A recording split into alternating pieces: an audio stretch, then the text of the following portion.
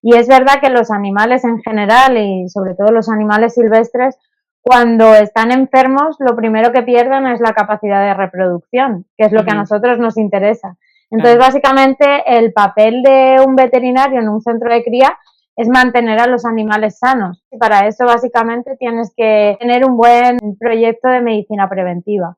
Entonces, básicamente nos dedicamos a eso, a la medicina preventiva, a que tengan una alimentación gestionada adecuadamente y bueno, pues de vez en cuando tenemos algún caso de clínico, pero que intentamos que sea lo mínimo posible. Claro.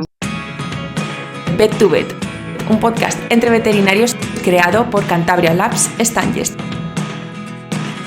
Hola a todos y bienvenidos a un nuevo episodio de Vet to Vet. Si me escucháis la voz un poco mal es que está habiendo aquí un ataque de alergia generalizado donde vivo yo, entonces bueno, pues hacemos lo que podemos. Tengo la nariz un poco allá. Bueno, hoy vamos a hablar de un tema súper interesante, un poco, digamos, original, nos salimos un poco de lo que es la clínica y vamos a hablar pues de una labor crucial para la biodiversidad y el equilibrio de los ecosistemas, que es la conservación y la cría del lince ibérico.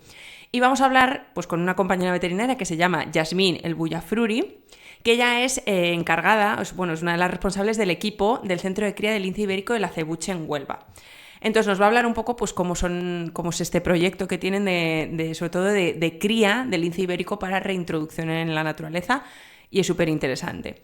Como la conservación y la salud de la fauna salvaje es una labor de defensa del equilibrio natural, pues también voy a compartir con vosotros datos interesantísimos de Animastraz, que es un complemento 100% natural que ayuda a reforzar las defensas. Y si queréis estar al día de estas conversaciones entre veterinarios, no olvidéis suscribiros a nuestro canal de YouTube, que tenéis ahí los episodios, seguirnos y agregarnos a favoritos en Spotify o Apple Podcast. Empezamos.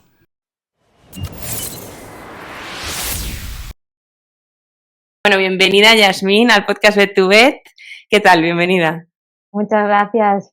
Gracias por estar interesados en nuestro programa. No, va a estar súper guay.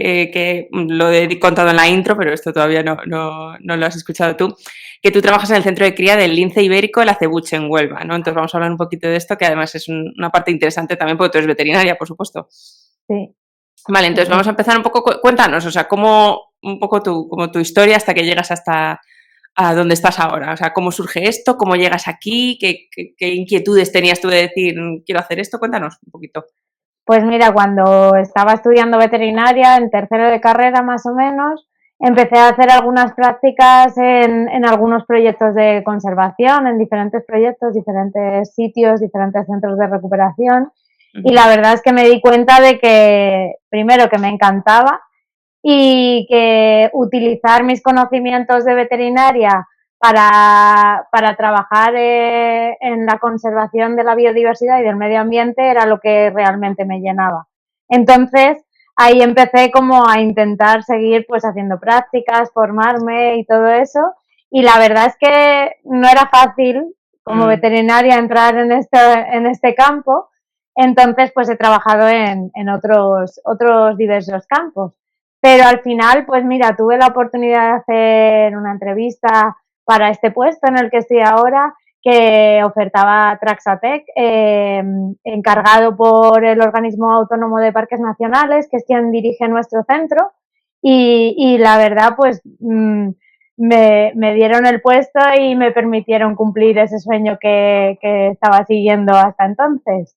Y aquí estoy como veterinaria de la Acebuche en el centro de cría del lince ibérico.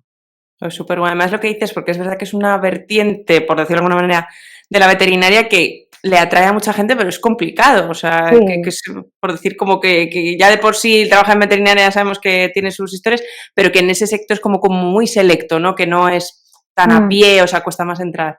Y hay que decir que actualmente es verdad que hay mucha más conciencia para la conservación a todos los niveles de personas como de administraciones y entonces es verdad que hay bastantes proyectos y cada vez hay más puestos de trabajo y también nos tienen en cuenta al sector veterinario en esos puestos de trabajo y yo estoy notando que bueno, pues que hay más oferta, pero sí es verdad que antes era bastante complicado. Sí, bueno, ya va lo que dices tú. Gracias a Dios las cosas van un pelín mejor para los compis que se quieran meter en esta parte de la veterinaria. Y Mm. cuéntanos un poco, o sea, ¿cómo sería tu trabajo en el día a día, en el centro? O sea, ¿qué hacéis o cuáles son tus responsabilidades? Pues mira, al final nosotros nos dedicamos a la reproducción de los animales, de los ejemplares que tenemos en cautividad del lince ibérico. Y es verdad que los animales en general y sobre todo los animales silvestres, cuando están enfermos, lo primero que pierden es la capacidad de reproducción, que es lo que a nosotros nos interesa. Entonces, Claro. básicamente, el papel de un veterinario en un centro de cría es mantener a los animales sanos, que se mantengan sanos, y para eso básicamente tienes que tener un buen proyecto de medicina preventiva. Entonces, básicamente nos dedicamos a eso, a la medicina preventiva, a que tengan una alimentación gestionada adecuadamente, y bueno, pues de vez en cuando tenemos algún caso de clínico, pero que intentamos que sea lo mínimo posible. Claro. Nosotros queremos que los animales estén sanos y que intentar que eso no suceda. ¿Y estos animales que están en cautividad, o sea, ha sido pues porque se han encontrado enfermos en su hábitat o un poco cómo funciona? ¿O se selecciona como aposta para poder reintroducir la especie?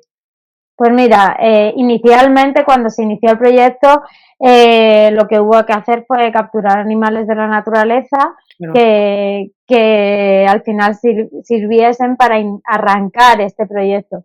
Pero Claro. actualmente, pues normalmente los animales son o de reposición, es decir, cachorros que nosotros criamos y que genéticamente son interesantes para el programa, o si es verdad que pues a veces ingresan también fundadores, que se llaman, que son los animales que proceden del medio natural, del campo, que ingresan por otras causas, y nuestros compañeros que trabajan en campo pues tienen que atenderles por clínicas, y si genéticamente son interesantes para enriquecer nuestro programa, pues ingresan en el programa.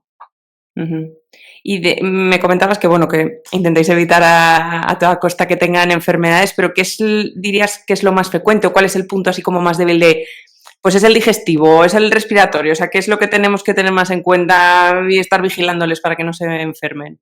Pues hay varias cosas, pero en realidad lo más frecuente son las heridas. ¿Por qué? Porque el lince ibérico es un animal muy territorial y al final nosotros hacemos parejas que necesitamos para reproducir, ¿no? Y cuando les metemos en la misma instalación, porque genéticamente son compatibles, intentamos reproducirles, pues por ejemplo casi siempre hay enfrentamientos que producen heridas.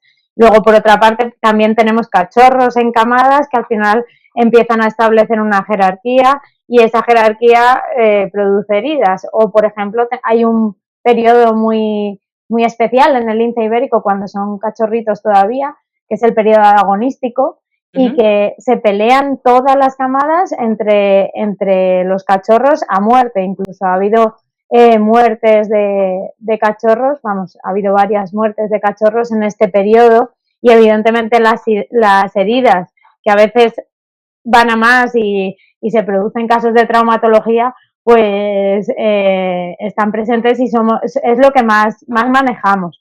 Pero es verdad que luego, por ejemplo, un campo bastante especial que nosotros como clínicos en general, los veterinarios, no solemos tener mucho en cuenta porque tampoco tratamos mucho, es el campo de la pediatría. Y claro, nosotros nos dedicamos a la cría y al final lo tenemos que tener muy presente, que cuando tenemos cachorros, pues al final aparecen problemillas de pediatría que sí que tenemos que ir atajando. Claro, vosotros en reproducción y en pediatría estáis a tope. Claro. Y a veces me da pena porque, claro, como ya yo que trabajo con pequeños animales, como que es lo lógico, cada vez se esterilizan más, pues claro, cada vez lo vemos menos. Entonces, que por un lado bien, pero por otro es verdad que, bueno, pues oye, no tenemos tanta experiencia, eso es verdad. No lo vamos Totalmente, yo venía de clínica también y tuve que ponerme las pilas porque claro. Es verdad que era un campo que era como, uy, pues yo es que en realidad tampoco he tenido tanta experiencia y sí que al final aquí lo necesitamos, evidentemente. Fenomenal. ¿Y cómo os manejáis? O sea, porque ahora me comentas un poco exactamente cómo hacéis lo de medicina preventiva, si es, yo que sé, antiparasitarios en el pienso y demás, pero también cómo lidiáis con, pues tengo un animal que tiene una herida, el manejo, todo eso, porque entiendo que obviamente no se van a dejar coger como si fuese un gato normal, ¿no? Bueno, depende del gato, Efectivamente. Como dices, el principal reto para nosotros como veterinarios es el manejo. O sea, porque hay muchas cosas, tanto de medicina preventiva como de intervención, que necesitan la captura del animal y la anestesia, incluso la anestesia del animal. Y al final eso no deja de ser un estrés, un riesgo para ese animal. Entonces, al final, es verdad que es esencial tener un buen equipo, tanto de cuidadores como de videovigilantes, que lo tenemos y que nos aporta un montón de experiencias y de ideas nuevas para hacer manejos que sean menos intervencionistas. Entonces, pues por ejemplo, a nivel de medicación, sí es verdad que nosotros las medicaciones preventivas como los antiparasitarios y eso, se lo podemos dar en comida, pero es verdad que hay animales que tampoco son tan confiados y al final los cuidadores tienen que trabajar con ellos para ganarse su confianza y que puedan comerse ese antiparasitario o, por ejemplo, a la hora de capturarles en las jaulas trampa, son los cuidadores los que tienen, con ayuda de los videovigilantes y todo bien unido, los que tienen que ir entrenándoles para que al final consigamos capturarles y poder ponerles una vacuna o anestesiarles por lo que sea, ¿no? Entonces, pues sí, es importante tener en cuenta eso, el manejo, que todo el mundo tenga la conciencia de que cuanto menos intervención mejor, pero bueno, que si es el caso, pues que se haga de la mejor manera para que el animal se estrese lo mínimo posible. Claro, por supuesto. Y el tema de la dieta, que te quería preguntar, porque me imagino que lo has dicho antes, que le preparáis también una dieta, ¿no? Que la diseñáis vosotros y demás. ¿Y suplementáis con alguna cosa o un poco cómo lo hacéis? El lince ibérico, por suerte, es un depredador especialista que que básicamente basa su dieta en principalmente conejo. Puede comer otras cosas, pero principalmente come conejo. Sí. Y eso nos facilita, perdón, nos facilita a nosotros la gestión de la dieta, porque al final lo que le damos es conejo y no tenemos ninguna deficiencia basando la dieta en ese conejo. Eso sí, luego hay casos especiales en los que sí utilizamos como los veterinarios utilizamos suplementos en casos particulares, como pueden ser si tienen problemas digestivos los probióticos o si tienes algún caso especial, pues complejos vitamínicos o inmunoestimulantes o en animales con artrosis o problemas de articulaciones, pues sí que utilizamos controprotectores también. O sea, que comen la presa entera, ¿no? Me imagino, el conejo. Efectivamente. Lo lleva todo, ya está todo incluido exacto, ahí. Exacto. Más fácil para vosotros, la verdad que sí. La verdad es que sí. El tema sí de la dieta es controlar un poco la cantidad, porque sí es verdad que tú dices, pues un conejo, pero es verdad que dependiendo del metabolismo del animal, del momento, por ejemplo en las gestaciones o en animales geriátricos que cambian su metabolismo, pues sí que es verdad que es responsabilidad del veterinario el ir viendo cómo gestionas la dieta para que ese animal no tenga sobrepeso o al revés, no tenga en épocas de celo que tienen un metabolismo mucho más acelerado y digamos adelgazan bastante, pues que no lleguen a adelgazar hasta el punto de estar demasiado caquéticos. Claro. Y cuéntanos también un poco, porque yo aquí seguramente me equivoqué, ¿vale? De lo que es la situación de la especie como tal, por si no me corriges, si lo digo mal. ¿Estuvo en peligro de extinción? ¿Ya no lo está? ¿Puede ser? Efectivamente. Vale. Entonces, cuéntanos un poco, o sea, en qué punto estamos, o sea, en qué punto ha estado y en qué punto estamos ahora y un poco en relación al proyecto en el que estáis trabajando. Pues mira, a finales del siglo XX la población del lince ibérico tuvo una caída drástica de individuos y quedaron muy poquitos solo en dos poblaciones, que las dos estaban en Andalucía, una era la de Andújar y otra la de Doñana. Quedaban menos de 100 individuos reproductores entre las dos poblaciones, o sea, nada. Entonces, en el 2002, la UICN lo declaró en peligro crítico de extinción, pasando a ser el felino más amenazado del planeta. Entonces, tanto las administraciones como las ONGs, como los científicos y especialistas en el tema tuvieron que ponerse las pilas y ya se estaban haciendo muchos esfuerzos en el campo porque se sabía que casi se estaba extinguiendo el lince en España y Portugal y había que hacer algo, pero se tuvieron que poner toda esta gente de acuerdo para hacer algo más, porque si no, no iban a conseguir y al final la especie se iba a extinguir. Y entonces fue cuando, además de todos los proyectos que se estaban haciendo en el campo y que se estaba, digamos, empleando mucho esfuerzo, pues se creó otra herramienta que fue el programa de cría en cautividad. Y así, pues a partir del 2002, digamos, que comenzó el primer live para la conservación del lince ibérico, y ahí también arrancó el programa de cría en cautividad, pues la verdad es que la población ha ido creciendo sorprendentemente, y en el último censo que se ha publicado este mes pasado y que digamos que es el censo del año pasado, del 2024, que se publica un año siguiente, pues actualmente parece que hay unos 2.401 individuos en España y Portugal, y hay 17 núcleos poblacionales con hembras reproductoras, o sea que es una pasada. Un cambio impresionante, sí. El éxito que han tenido tanto los proyectos in situ como el proyecto ex situ. Vale. ¿Y qué retos o sea, entiendo que ya está un poco como toda la, digamos, comunidad científica, vamos a decirlo así, un poco detrás de esto, pero qué retos se os ponen delante o qué limitaciones de decir, joder, podríamos a lo mejor avanzar más deprisa o qué es lo que nos impide el avanzar un poco más? Pues mira, todas las decisiones, digamos, del programa van dirigidas mucho, porque el lince ibérico atravesó varios cuellos de botella y su problema principal, además de la escasez de población, es la baja variabilidad genética que tiene la especie, que ha tenido evidentemente por todo eso y que sigue teniendo, porque al final nosotros, nuestro trabajo en general es aumentar esa variabilidad genética, pero evidentemente partimos de un punto muy complicado.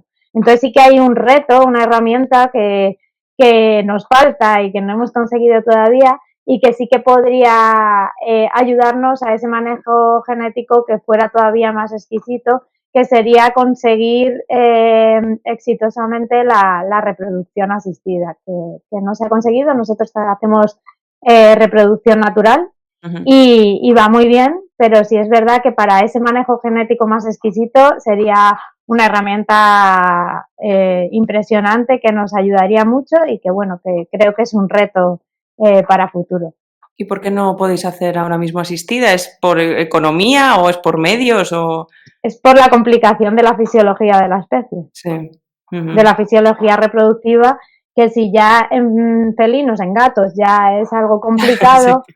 Pues en el lince ibérico, que tiene un celo anual, que mantiene los cuerpos lúteos y la progesterona elevada durante todo el año y puede mantener los cuerpos lúteos persistentes durante incluso más tiempo, pues es todavía, digamos, más complicado y bueno, y que tiene en principio ovulación también como los gatos inducida, aunque también existe espontánea, pero todo eso complica mucho el que puedas decir, pues ahora... Sí, claro, es que no sabía que iba así, pero claramente os complica muchísimo. Se está trabajando en ello, se lleva tiempo trabajando en ello, pero eso que no se ha conseguido todavía, y bueno, pues poco a poco con todos los científicos implicados en el tema y la suerte que tenemos de tener estos animales en cautividad que nos permiten hacer este tipo de trabajos, pues yo creo que algún día esperemos que se consiga. Seguro que sí. ¿Y cómo es el proceso de reintroducción? O sea, ¿cómo funciona? ¿Son las crías? ¿O esperáis a que crezcan? ¿O cómo hacéis? Pues mira, nosotros criamos en el centro, ¿no? Y digamos que los animales, los cachorros, se quedan con sus madres hasta más o menos los 10, 11, 12 meses, hasta más o menos el año de edad, que es cuando se liberan a la naturaleza. Entonces, durante todo ese periodo que están en cautividad, es súper importante que siempre tengan presa viva, es decir, para que ellos aprendan a cazar y vayan afinando su manera de cazar, y que así luego cuando se liberan a la naturaleza sepan hacerlo en la naturaleza. Claro. Y la madre es un pilar fundamental porque es quien les enseña todos esos comportamientos que también tienen tenemos un manejo diferente, digamos, con estos animales que con los reproductores. Con estos animales que se van a liberar a la naturaleza, lo que intentamos es que tengan el menor contacto posible con los cuidadores, con el ser humano, porque en la naturaleza no tienen que interpretar que el ser humano es una fuente de alimentación, ¿no? Entonces tienen instalaciones diferentes, manejos diferentes y además a través de videovigilancia los evaluamos para saber que son adecuados, o sea, que sus comportamientos son adecuados para liberarlos en la naturaleza. Y además, pues sanitariamente tienen también que ser aptos, hacemos unos chequeos sanitarios para asegurarnos de que están bien para que salgan al campo, estén sanos y puedan tener la mayor probabilidad de supervivencia. Y también te quería preguntar, ¿se puede visitar el centro? ¿Cómo puede colaborar la gente? Pasaremos las redes y la web y todo eso, pero no sé muy bien, pues la gente que está escuchando dice, oye, a mí me apetece, yo qué sé, ir, ¿puedo ir? ¿O no se puede? Pues en general el centro en sí no es visitable, ¿vale? Pertenece al organismo autónomo de parques nacionales y realmente es el centro de cría donde criamos y para eso necesitamos la mayor tranquilidad del mundo y que los animales no estén estresados ni tengan visitas. Pero sí es verdad que, por ejemplo, tenemos diferentes animales que por ya no ser reproductores, los consideramos excedentes y estos animales pasan a tener otro papel que es el de la sensibilización para la gente. Entonces estos animales están en recintos, en observatorios, algunos zoológicos y por ejemplo en Doñana tenemos un observatorio del lince ibérico que llamando al centro de visitantes de la Cebuche es gratuito y ellos sí que organizan las visitas y tienes la posibilidad de observar 2 ejemplares del lince ibérico que es verdad que también se ven en la naturaleza, pero que bueno, es un poquito más complicado. Entonces, por esa parte, es verdad que la gente puede observar a los animales y luego colaborar con nuestro centro, por ejemplo, o sea, bueno, con el programa en general, existe un programa de voluntariado. Se hace sobre todo para videovigilancia, es decir, la gente que cumple el voluntariado ejerce el papel de videovigilante, pero desde la página web, que es linksexitu.es, se puede acceder a toda la información disponible sobre eso. Sí, dejaremos todo la web, las redes y eso, pero bueno, por si a alguien le surge la duda. Y un poco al hilo de eso, ya un poco más de rollo veterinario, consejo veterinario, que esto lo preguntamos a casi todos los invitados. Si tenemos un veterinario que nos está escuchando y dice, oye, mira, yo quiero ser como Yasmín, me encanta lo que hace. O sea, ¿cómo lo hago? ¿O qué consejo le puedes dar en plan de, mira, haz esto lo que has hecho un poco tú de métete a prácticas aquí, allá? Pero bueno, ¿qué consejo le puedes dar a esta persona que tiene esta inquietud? Pues yo creo que a mí lo que me sirvió en su momento fue el tener contacto con todos esos proyectos que trabajan en conservación. Sobre todo, pues además de para aprender y formarte, pues eso, para ver cómo se llevan a cabo esos proyectos, qué se hace y conocerlos y poder colaborar también con ellos, aunque al final quizá no llegues a ser profesional en estos proyectos, pero simplemente los voluntariados y el apoyo como trabajador en esos proyectos, la verdad que te dan un montón de experiencias que son increíbles y que además sirven para mucho, o sea que son muy útiles. Y es verdad que vamos, en este campo hay que decir que en el campo de la conservación los voluntarios pues hay que hacerles la ola porque aportan muchísimo, o hemos aportado muchísimo, que yo también he sido voluntaria mucho tiempo. Tú lo sabes bien, cómo lo has vivido. Eso está bien, oye, siempre hay que empatizar mucho, hay que conocer las cosas desde dentro.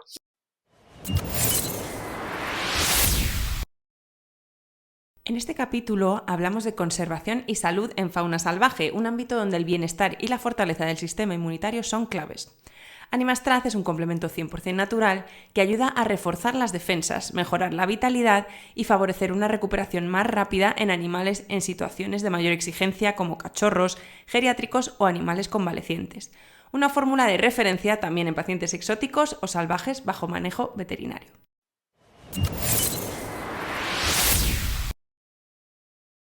Bueno, Yasmin, para ir terminando, porque con todos los invitados hacemos una ronda que llamamos de preguntas rápidas, que es como para conoceros un poquito más así en lo personal. Entonces, bueno, vamos con ello. Entonces, lo primero, que puede ser en el ámbito que estás tú o cuando has estado en clínica, ¿qué es lo mejor de nuestra profesión, según tú? Pues yo creo que la diversidad de trabajos y de cosas que podemos aportar en muchos campos, que los veterinarios podemos trabajar en muchísimas cosas y que además somos pieza fundamental en muchos puzzles, o sea, que es verdad que el campo de la veterinaria se debería tener en cuenta en un montón de aspectos sociales y de todo tipo. Entonces creo que eso nos da algo muy bonito y con mucha ventaja de decir, es que puedo trabajar aquí, aquí, aquí y encima aportando un montón de cosas fundamentales, esenciales en todos esos campos. Totalmente de acuerdo. ¿Y qué dirías que es lo peor?